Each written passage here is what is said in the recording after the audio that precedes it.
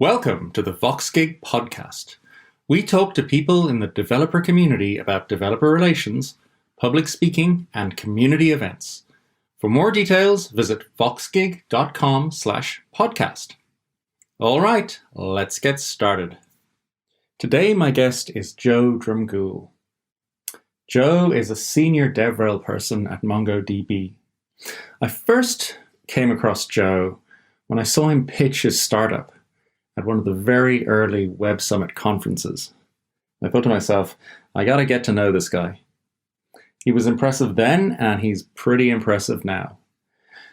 We talk about the development of developer relations, how critical it has been to the success of MongoDB, which, by the way, is really cool these days. I use it myself. We talk about developing the skill of speaking at conferences and how it is a skill and something that you can learn. And we talk about the importance of identifying the economic reason for why someone uses your software and how important that is in developer relations. Take it away, Joe. Joe, welcome to the Voxgig podcast. It is great to have you on today on this surprisingly sunny Monday for Ireland. Richard, it's great to be here. Lovely to catch up again. It's been too long. Absolutely. Well, let's get straight into it. You work in developer relations. You look after developer advocates. Describe your average day, if you have one. Oh, about 8 to 9 hours of Zoom, Richard. So I run a global team of about 23, soon to be 24 developer advocates and associated leaders. So most of my day is organizing them for subsequent plans, subsequent quarters, aligning with other parts of the organization, and ensuring that what we're doing is properly focused on the overall goals of the company. Now, DevRel in MongoDB has a long and illustrious history. We've been always a very developer-centric company.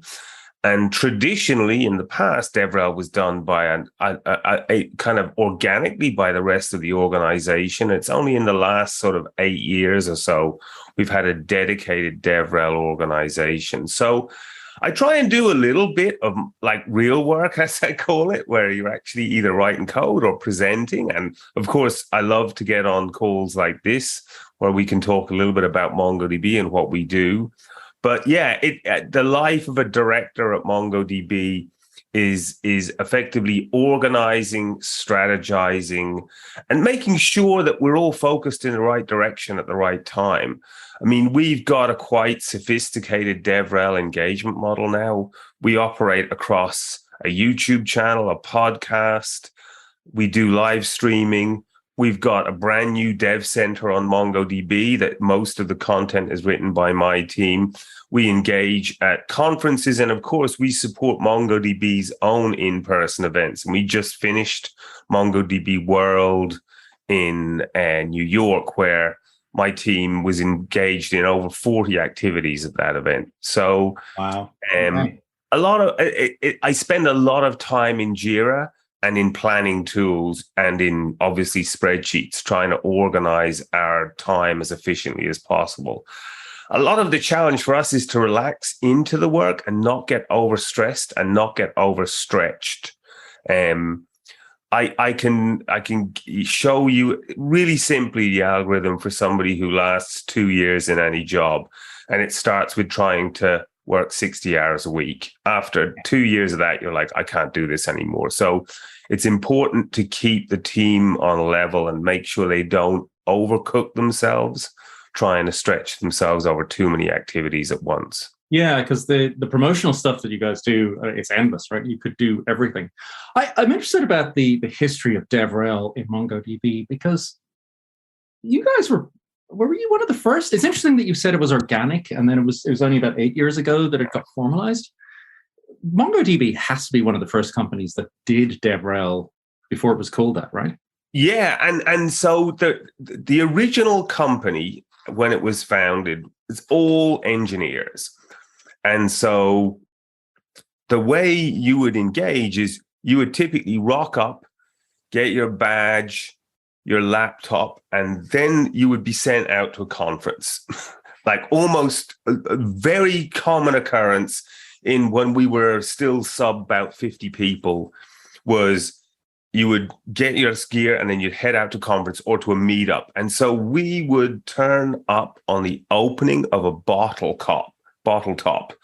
You know, we were ordinary engineers or a specific ordinary engineers. And it became a real problem because the engineers were doing so much advocacy and so much DevRel that it was impacting their ability to ship the product. And so from there, we moved to a field team. Now, they were called pre-sales and consultants, but at least half their time they were doing DevRel. So when I joined MongoDB in 2013, I had a team of about 12 pre-sales people, because when I joined, I ran pre-sales for EMEA for the first couple of years. Got it. That team did all the things that DevRel does now. They went to meetups, they did office hours, they presented at conferences, and they did a little bit of pre-sales work at the same time. So there was a very strong impetus to be in a DevRel function, but not in a dedicated DevRel function. So we didn't have a real DevRel team in earnest till about 2014.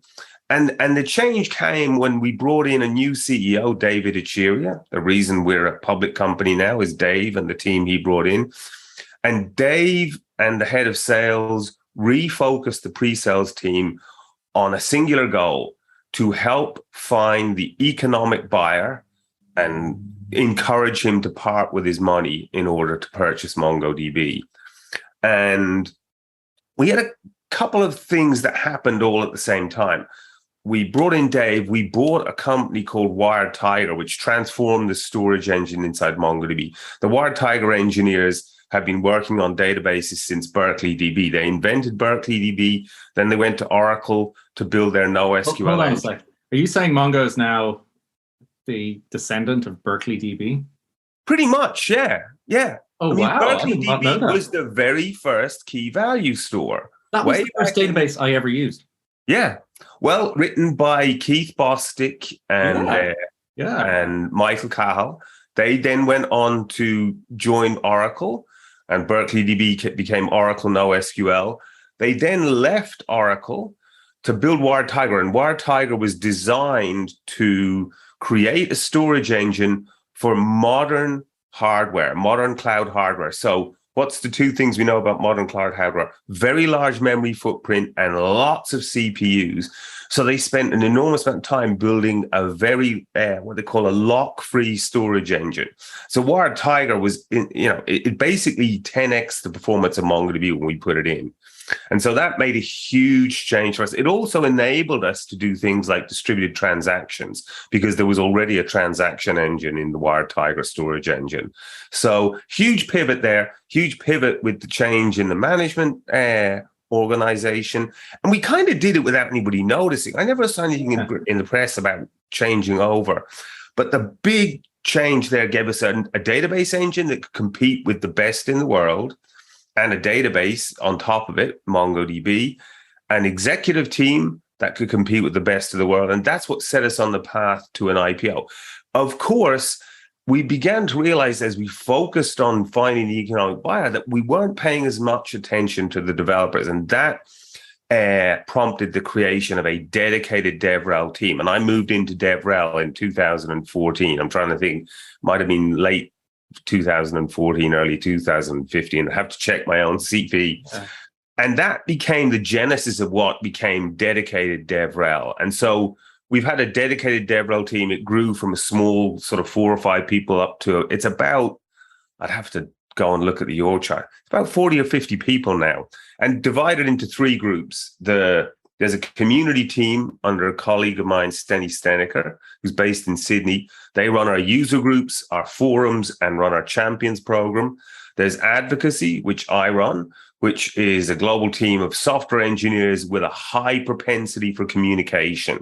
So a lot of our job as developer advocates is explaining how you can use MongoDB most effectively, one of the things that we do in MongoDB is we've been innovating constantly for the last sort of 10 years. So each year we release a ton more functionality. Like at MongoDB World, we produced serverless MongoDB, data federation, a wonderful thing called queryable encryption, where you can actually encrypt every piece of data using keys stored only on the client and query that encrypted data while it's encrypted. I mean, it's almost like magic. Almost like magic. I read the white paper and went, I don't understand this, but it's amazing. Let's zero in on 2014 and that transition from pre-sales to DevRel. Yeah. The term developer relations, did you feel it was kind of established? Was it an obvious move, or were you guys? Well, we started with it. We called it community, and I like to claim the fame for changing the name from community to developer advocacy. We wanted to be clear that this was not just doing user groups, that we wanted to be building code and showing people how to use the platform. And the way I describe it is, instead of having developer relations and pre-sales and consulting, I often describe it now as, if you think about it as developer relations and customer relations, the key difference between customer relations, which is pre-sales, customer success, consulting, support, is in customer relations, there's always a company. If there's no company, we're not interested. The pipeline, the standard marketing pipeline, only wants to have an economic buyer that's attached to a company, because only companies can afford to shell out the big bucks for massive deployments of MongoDB. With developer relations, we're interested in the individual developer, regardless of his employment state or his employer. We're just as interested in, Johnny Smith in his first startup as we are in Jack Smith working for one of the largest Fortune 500 companies in the world, because we want to maintain the relationship with the individual in developer relations. And that means that we can continue to engage with the developer throughout his career, as long as he wants to engage with us. The challenge with customer relations is, if you move companies, you fall out of the funnel, you disappear, and you have to re-enter at the top in some new company. And that can take time and energy, and we don't realize you're the same Richard Rogers as was in, Coca-Cola, who's now in Pepsi.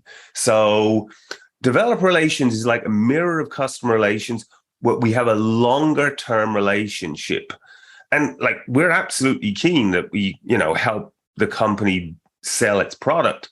But we feel we can do that by building great advocates for the technology, as opposed to driving them down a sales pipeline. So if a company treated their developer relations as just a sales funnel, once the dev is signed up and that's it, it's not going to be very effective, is it? No, it's not, because people join and leave at different parts of their career. People change jobs and suddenly discover they're not using the technology anymore. And sometimes they return to it later. We have to be able to manage a multitude of different cohorts at different stages of engagement. And one of the challenging things to do with DevRel is, if you try and accommodate your more skilled, more tenured engineers, your vanity stats go through the floor. So you're just not going to get as many reads on a more sophisticated piece of content as you will with something basic and entry level. So I like to think of our metrics as three components. Input metrics. These are the things that we do: write a paper, go to a conference, do a podcast, create a YouTube video. Consumption metrics. They're the people, how many people watch, view, read, listen to. They're important. And then impact metrics. These are the ones we're really trying to focus on these days. What do they do next, right? So your consumption metrics for a very sophisticated piece on CQRS and event sourcing are going to be way lower than introduction to Node.js and MongoDB. But the people reading that more advanced content are much more likely to become strong advocates for your product. So the impact metrics are what they do next. Do they become advocates? Do they promote the stuff? And honestly, it's frustrating when people only look at Google Analytics and go, well, your article only got 200 views. But which 200 people were looking at that article? That, for me, is what really makes a more sophisticated DevRel program valuable. How do you measure impact? So we are starting to build a kind of a slightly different funnel to the more traditional DevRel. So we want to have a very consistent set of calls to action across all of our channels, and you'll start to see this in the latter half of this year. So we'll have a much more prescriptive list of CTAs for our DevRel advocates to use, and we'll be driving people to the same set of pages, properly tagged and referenced, so that we can use that as a trigger metric for impact. So we might be driving you to sign up for Atlas and use a particular product. We might be driving you to sign up for university, or we might be asking you to sign up for a .local event somewhere near you. Those CTAs are going to be driven through a set of pages we've constructed specifically. And so we can measure the impact by saying, if this percentage of people come to this page, then we know we've succeeded. So it's the trick is to keep it consistent across the whole team so that everybody's using the same set of CTAs, driving to the same set of pages, and tracking that through either tags or through just basically the only traffic that comes to this page could be from us because the page isn't visible to the rest of the internet, or at least it's not linked to the rest of our website. And that will give us an impact metric. Let's return to this idea of the economic decision maker. As a developer, I've often been in the position where I'm not the guy with the checkbook, but if I say use X, that's what the economic decision maker is going to use. But it's interesting that you said that the new CEO changed the strategy or the way that approach was taken. So explain to me how developers fit into that decision-making process. So what was the change? There are three, MongoDB sales process is an incredibly sophisticated model and has continued to develop in sophistication. But at its base, there are two important components to a sale: a champion and an economic buyer. The champion is going to help you to sell to the company. And the key thing between a champion and what we call a coach is a champion will push your product when you're not in the room. A coach will only support you when you're in the room. So the challenge for a pre-sales person and for a rep is to find and identify a champion for your product. The champion will introduce you to the economic buyer. So in your case, we would be trying to, ensure that you were a supporter of MongoDB and that you would introduce us eventually to your CFO or your CEO or your head of business. So it's always a champion and an economic buyer. In very small companies, they might be the same person, but in most companies, the champion and the economic buyer are two different people. So we help by building generic champions for MongoDB. We don't have a champion that's specifically attached to an account and the territory. We create a huge amount of interest in MongoDB. We expect it to yield fruit further down the line, but we're not attached to a sales target. We don't have a quota in DevRel. Our job is just to build an enormous number of champions, both champions who are officially MongoDB champions and anointed by our champions program, but also a huge range of people who are just more interested in MongoDB and more keen to use the product. That, for me, is the ultimate goal of DevRel. Build these champions, hundreds of them, thousands of them over our lifetime. Okay, so that is a key strategic imperative. Let's unwind or unpack the whole DevRel strategy and how you put it together. Let's use a thought experiment. Yeah. So I'm sure you're extremely happy where you are, but if you were offered millions and millions and millions of quid to work in a startup that was just beginning, to set up their DevRel. Literally, you're DevRel person number one, and you have a budget, a sufficient budget, and startup is doing well, etc. So we don't have to worry about that side of things. How would you go about setting up the DevRel organization? There's nuts and bolts stuff, right? But then also, how would you set the strategy? So first of all, you look at the geography. Where are we? Are we in Silicon Valley? Are we in Dublin? Are we in London? And where is the largest adjacent market? That's where you want to put your DevRel people. Then you want to think, for a small team, your reach is disproportionate with online activity, right? So you want to get them writing content and, more importantly, doing YouTube content. So 50% of developers, when they want to find out about something, go to YouTube. Don't take this from me. That's a Stack Overflow stat. That is a new thing, right? It's not that new. YouTube's been around for a long time. And if you type any technology into YouTube, you're going to get a stack of videos about it. And videos are often easier to understand because you're watching it interactively being built than reading. Now, I like to read stuff. I would much rather read an article that's right, than watch a video. But that's me because I'm old, and so are you, Richard. Yeah. You look young, but we know there's been a few years, there have been a few miles under your wheels.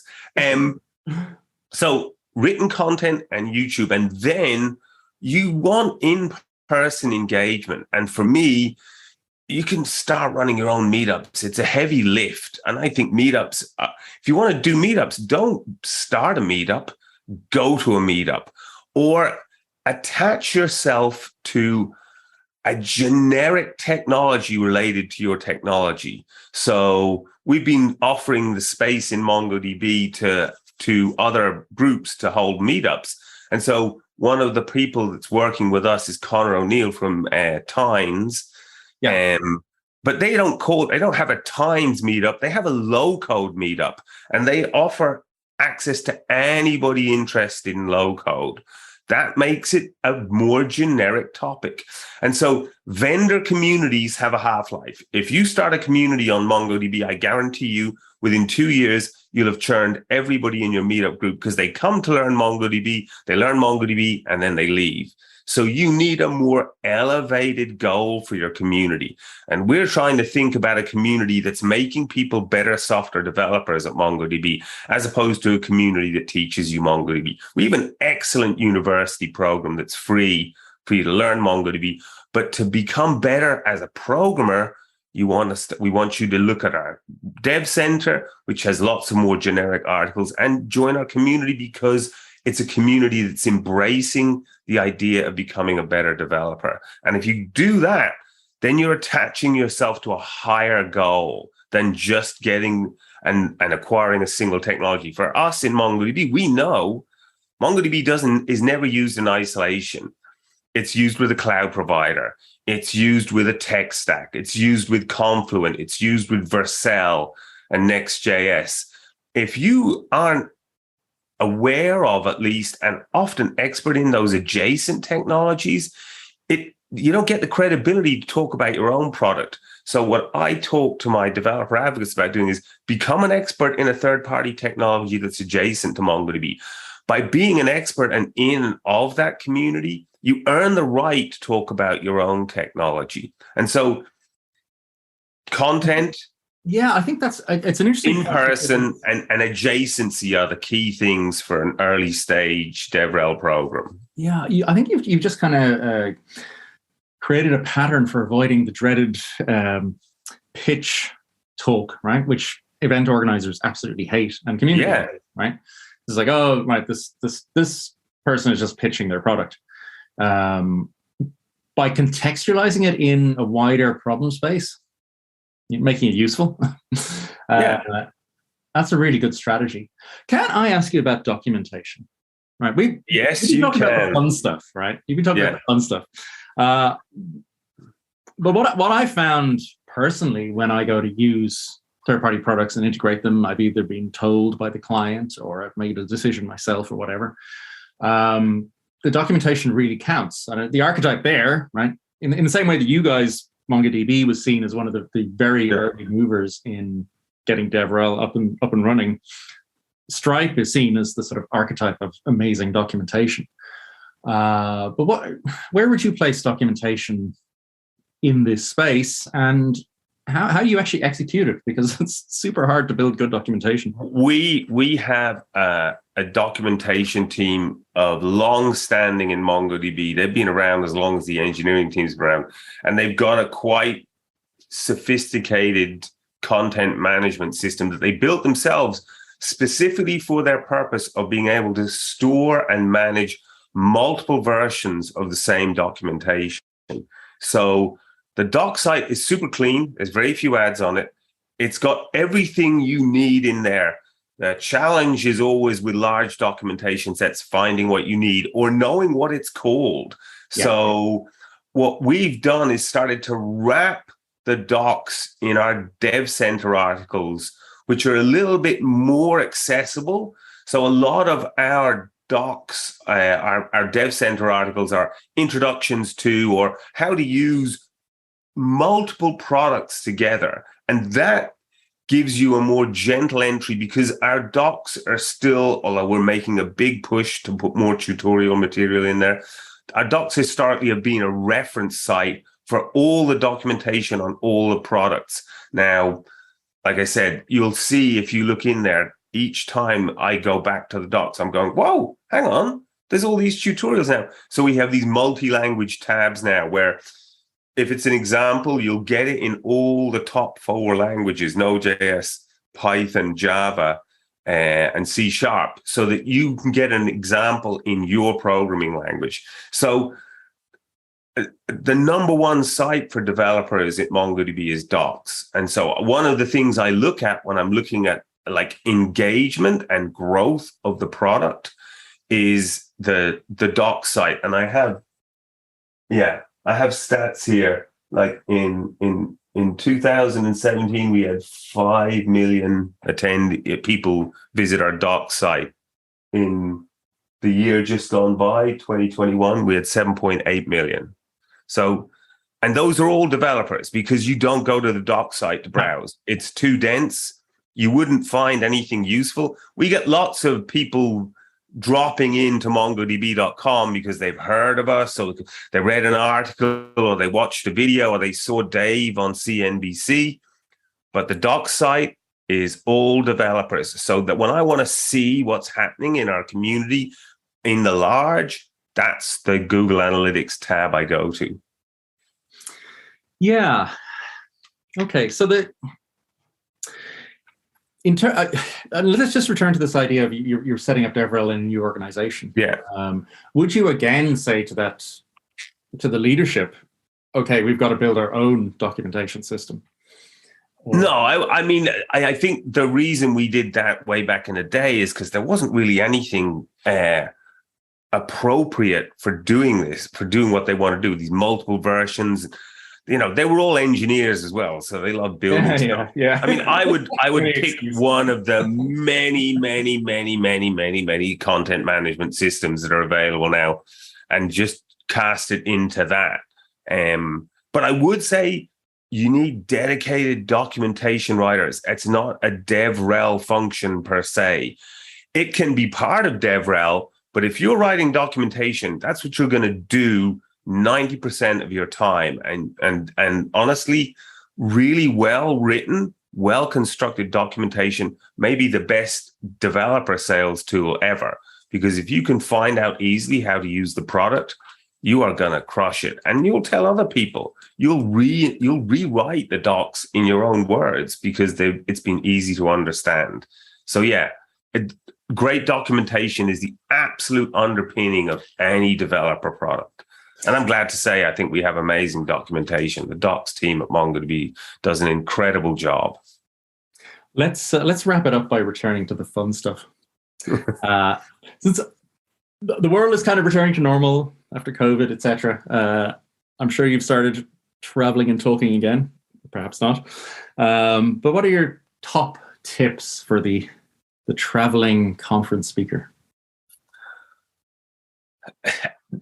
Getting good at talking at conferences is not something that's learned overnight. And so there's no substitute for doing it. So people say to me, how did you get to be good at doing public speaking? And I'm like, I did it for 10 years. And I don't think you have to do it for 10 years, but you have to do a lot of it at the start.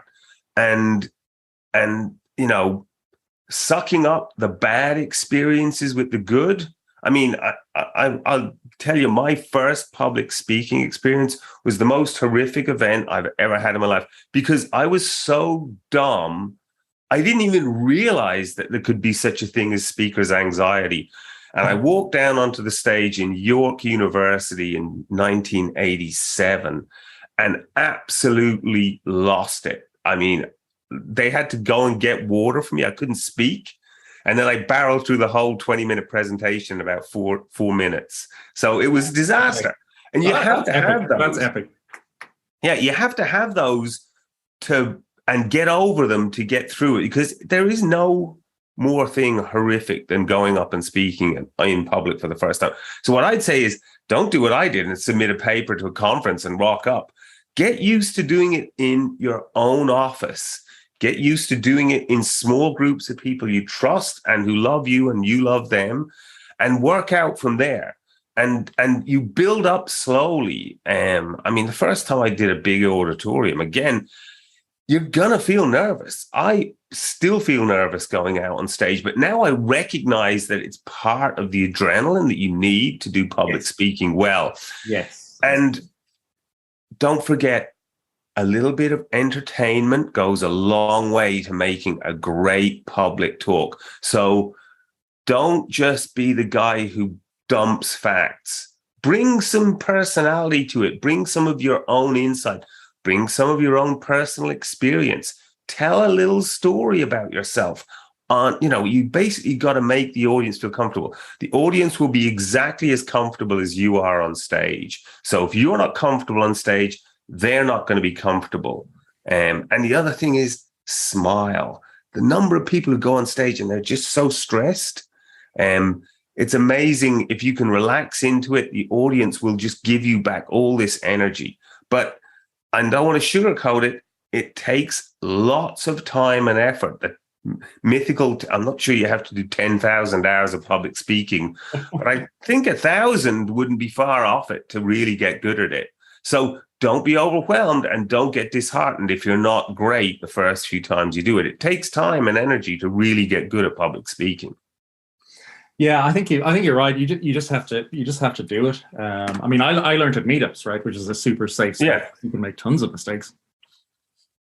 Yeah, Meetup is very forgiving. I would absolutely recommend to anybody who wants to dip their toe into public speaking, find a local meetup. The audiences are so engaging and so helpful, and everybody's so forgiving.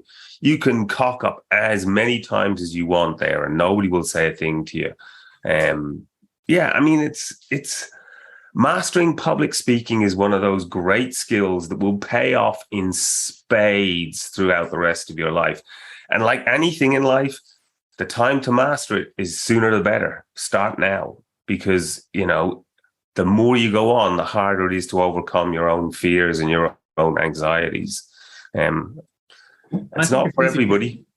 No, but I think it's easier now because audiences are so, everybody appreciates. Yeah. Actual there's more opportunity to talk in front of small audiences. Meetup really changed the game there in terms of giving you a small audience to talk in front of. Okay, that is super encouraging, Joe. Thank you very much. And also a whole bunch of, I'm going to have to process them, a whole bunch of insights about DevRel. I have copious notes, which I'm going to check again. I mean, there's no substitute for doing and learning. And thank you so much. This has been absolutely fabulous. Thank you.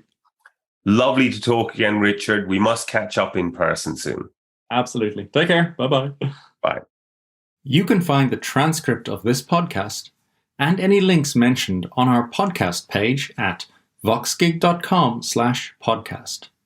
Subscribe for weekly editions where we talk to the people who make the developer community work. For even more, read our newsletter. You can subscribe at voxgig.com/newsletter or follow our Twitter @Voxgig. Thanks for listening. Catch you next time.